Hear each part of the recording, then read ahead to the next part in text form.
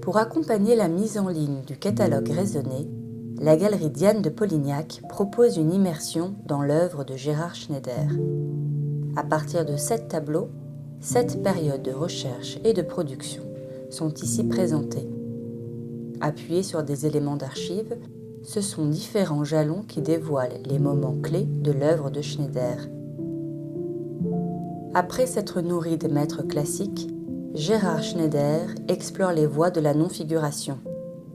Dans les années 30, il est proche du milieu surréaliste et de son univers formel.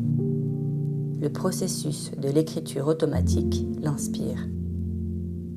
Vers 1944, Schneider se tourne pleinement vers l'abstraction. Les années 40 sont une décennie laboratoire dans laquelle il explore tout un champ des possibles. D'abord, l'artiste se concentre sur la forme avant d'aborder le geste. Ses compositions se structurent en une succession de formes imbriquées dans lesquelles le noir joue un rôle structurant. Avec les années 50, c'est la naissance puis la maturation de son geste créateur. Gérard Schneider joue alors un rôle capital dans l'affirmation de l'abstraction lyrique et gestuelle après-guerre.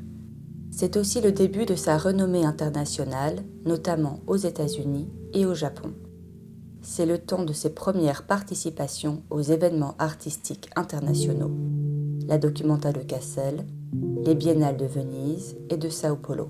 Dans les années 60, Gérard Schneider renouvelle l'abstraction lyrique dans le nouveau contexte du pop art et du nouveau réalisme.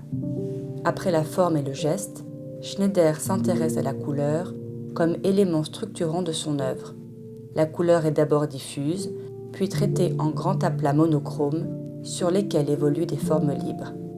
Avec l'arrivée de la peinture acrylique, Schneider gagne en rapidité et en spontanéité. Sur petit format comme sur format monumental, l'artiste poursuit ses réflexions sur l'abstraction et aboutit à une synthèse.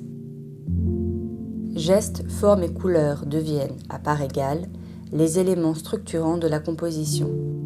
À plus de 80 ans, Schneider donne un nouveau souffle à l'abstraction.